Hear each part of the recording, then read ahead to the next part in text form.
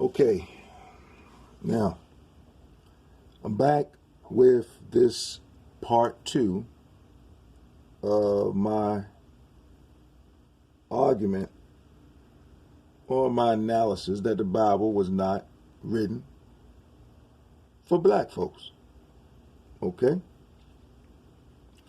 Now, we were talking about Isaiah. Now we're going to talk about a dude named Ezekiel. It's impossible to read Ezekiel without getting the feeling that the writer was just consumed with jealousy and hatred against black folks, man. I mean, at one point, Ezekiel claims God said, you notice how they always putting words in God's mouth throughout the whole Bible, telling that God said this, God said that, or this is God talking, whatever. He said that God is saying in Ezekiel, he put hooks in the Pharaoh's mouth and dragged him like a fish. Man, that's just plain sick. In fact, the entire book of Ezekiel is absolutely disturbing. Read it. Check it out for yourself. How much hate and venom he just spews about black folks. Check out Jeremiah, because he's not much different. These Jewish or white writers mixed up or whatever, all they seemed to be consumed by was their hatred of black nations, but telling us it's God who hates these people instead of them. Now, throughout the Bible, the underlying theme is black is bad.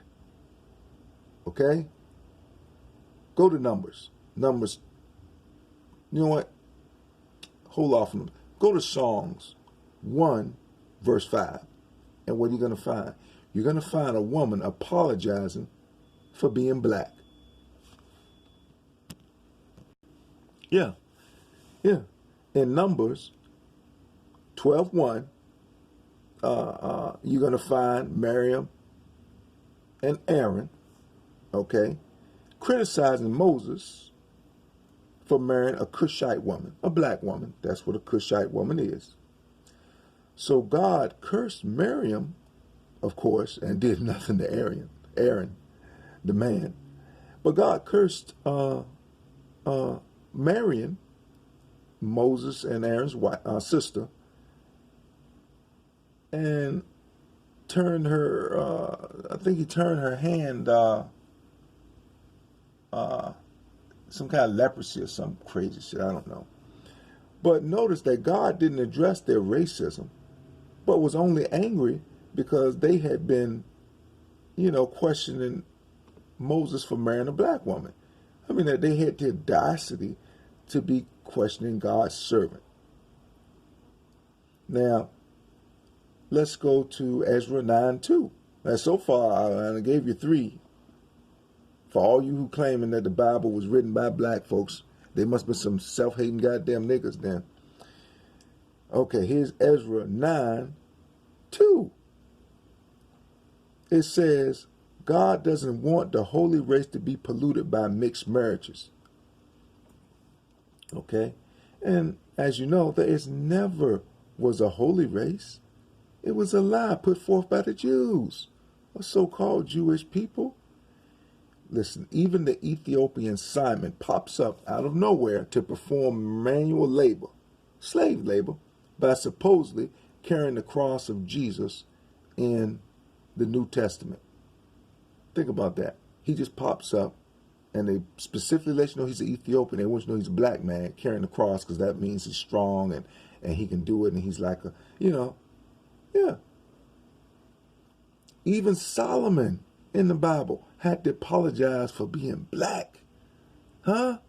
But yet you claiming a black man wrote it? Unbelievable.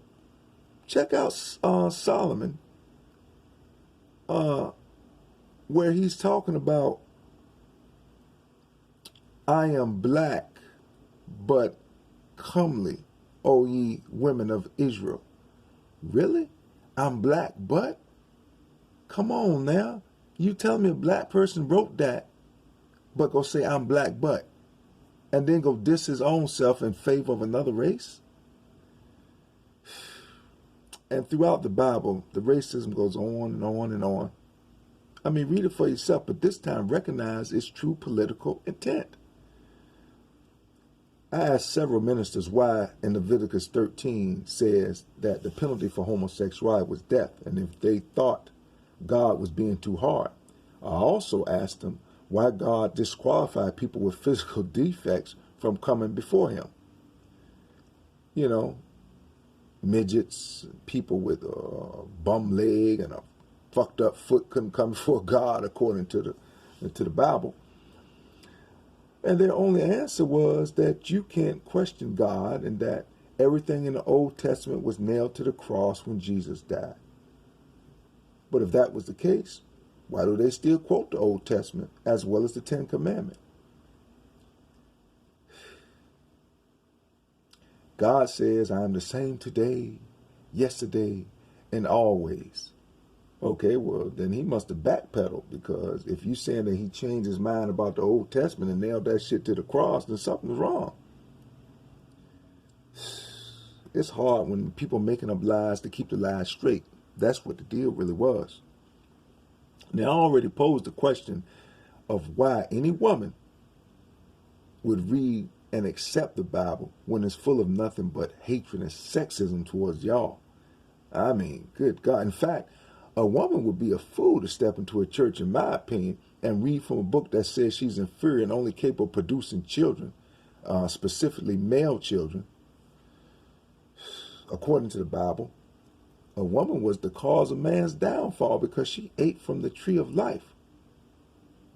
But isn't a woman within herself a tree of life?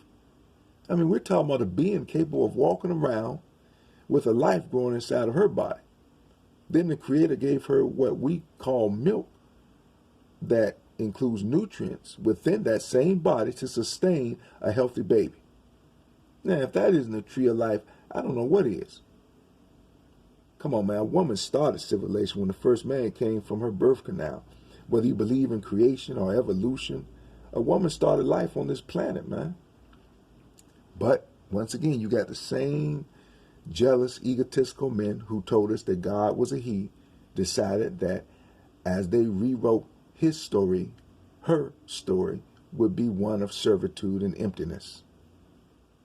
The handful of women mentioned in the Bible are there to serve and cater to men, all of them, from Eve to Esther to Mary. You can't show me one woman in the Bible who wasn't there to serve the pleasure and ego of a man. And as the centuries went by, men used the Bible's depiction and description of women to psychologically subdue them and keep them oppressed. Whenever a woman would start thinking for herself, a man would use the scripture to remind her of her place in home and in society. And if she still wouldn't shut up, they would burn her at the stake or call her a communist, and nowadays a whore. So just to make sure that you know for sure that when the Bible was being put together, there weren't no black folks involved. Weren't no women involved. Okay? Period. How can that be for you? Doesn't make sense. If it don't make sense, get rid of it, man.